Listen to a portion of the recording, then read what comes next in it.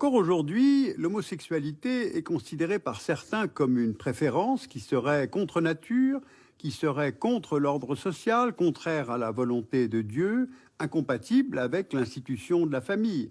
Alors pour toutes ces raisons, bien des homosexuels sont non seulement moqués, discriminés, mais souvent persécutés, emprisonnés, voire exécutés.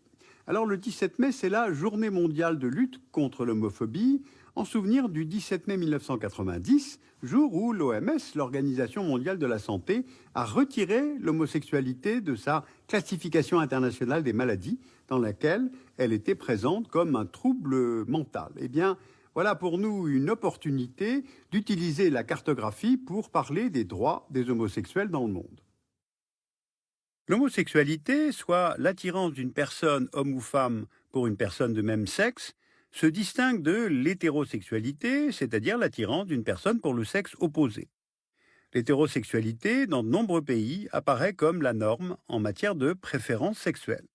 En France, par exemple, 99% des couples se disent hétérosexuels, selon une étude de l'INSEE en 2011. On peut même parfois parler d'hétérosexisme lorsque l'hétérosexualité est considérée comme la seule conduite acceptable, comme une norme.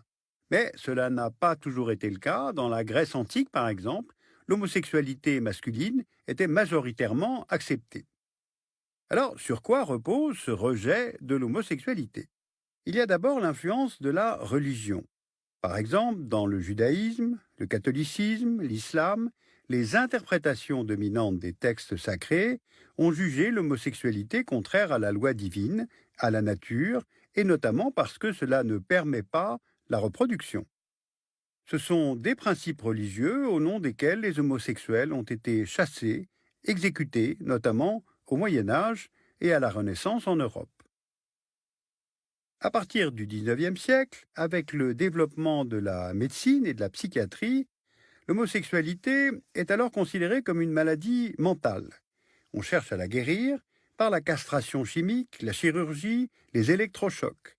Et puis on voit aussi émerger l'idée selon laquelle l'homosexualité entraînerait une dégénérescence de l'espèce humaine.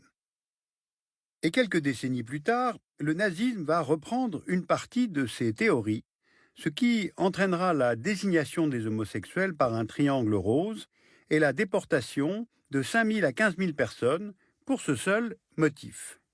L'idée que l'homosexualité est une maladie va survivre au nazisme. L'apparition du sida dans les années 70-80, qui a touché en premier lieu la communauté des homosexuels et qu'on a surnommé le cancer gay, a renforcé ces représentations. Et ce rejet de l'homosexualité, dont nous venons de vous présenter quelques aspects, a contribué à l'adoption de lois anti-homosexuelles dans de nombreux pays. Eh bien, où en est-on aujourd'hui? En 2016, l'homosexualité était passible de la peine de mort dans 8 États, ainsi que dans certaines régions du Nigeria, de la Somalie et celles contrôlées par l'État islamique en Syrie et en Irak. Dans tous ces territoires, elle est appliquée au nom de la loi islamique, bien qu'il s'agisse, je le rappelle, simplement d'une interprétation. Il y a ensuite les pays où les homosexuels encourent des amendes ou des peines de prison, pouvant aller jusqu'à la prison à vie, comme par exemple au Sierra Leone. Aujourd'hui encore, 76 États interdisent l'homosexualité sur tout leur territoire, et cela concerne donc, au final, 3 milliards de personnes dans le monde. En sens inverse, passons maintenant aux États où l'homosexualité, cette fois, est autorisée. Il y a des pays qui n'ont pas de loi spécifique et où l'homosexualité de fait est autorisée. Il y a aussi les pays qui reconnaissent les unions homosexuelles avec un cadre légal inférieur ou équivalent au mariage. Il y a ceux qui ont ouvert le mariage aux homosexuels. Et enfin, certains qui ont autorisé l'adoption conjointe aux couples homosexuels sur la totalité du territoire.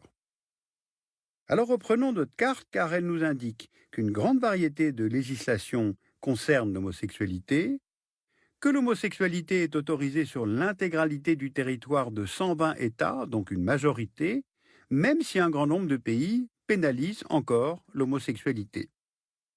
Alors malgré tout, il y a eu d'importantes avancées ces dernières décennies. En 1990, 77 États avaient autorisé l'homosexualité. Aujourd'hui, ils sont 120. soit une quarantaine d'États supplémentaires, comme l'Albanie par exemple en 1995, qui a légalisé l'homosexualité afin de pouvoir rentrer dans le Conseil de l'Europe. En ce qui concerne le mariage, en 1990, aucun pays ne l'avait ouvert aux homosexuels. Et aujourd'hui, ils sont 17 à l'avoir légalisé sur tout le territoire, dont les États-Unis, où en 2015, la Cour suprême a estimé que le mariage homosexuel ne pouvait être interdit, obligeant ainsi tous les États fédérés américains à le reconnaître. Enfin, il est important de rappeler que le sentiment religieux n'est pas nécessairement un frein à la reconnaissance des droits des homosexuels. L'Argentine, dont plus de 80% des habitants est catholique, a été le premier pays d'Amérique latine à ouvrir le mariage aux homosexuels en 2010. Et selon une étude du Pew Research Center réalisée en 2013, plus de 70% de la population argentine estime que l'homosexualité devrait être acceptée par la société. Mais depuis 1990, on a également observé des reculs. 4 pays ont adopté des lois interdisant la promotion de l'homosexualité: la Russie, la Lituanie, l'Algérie, le Nigeria. Alors justement, au Nigeria, en 2014, le président de l'époque, Goodluck Jonathan, a fait adopter une loi punissant de 10 ans de prison le fait d'afficher son homosexualité, mais cela simplement pour regagner l'opinion publique en période préélectorale.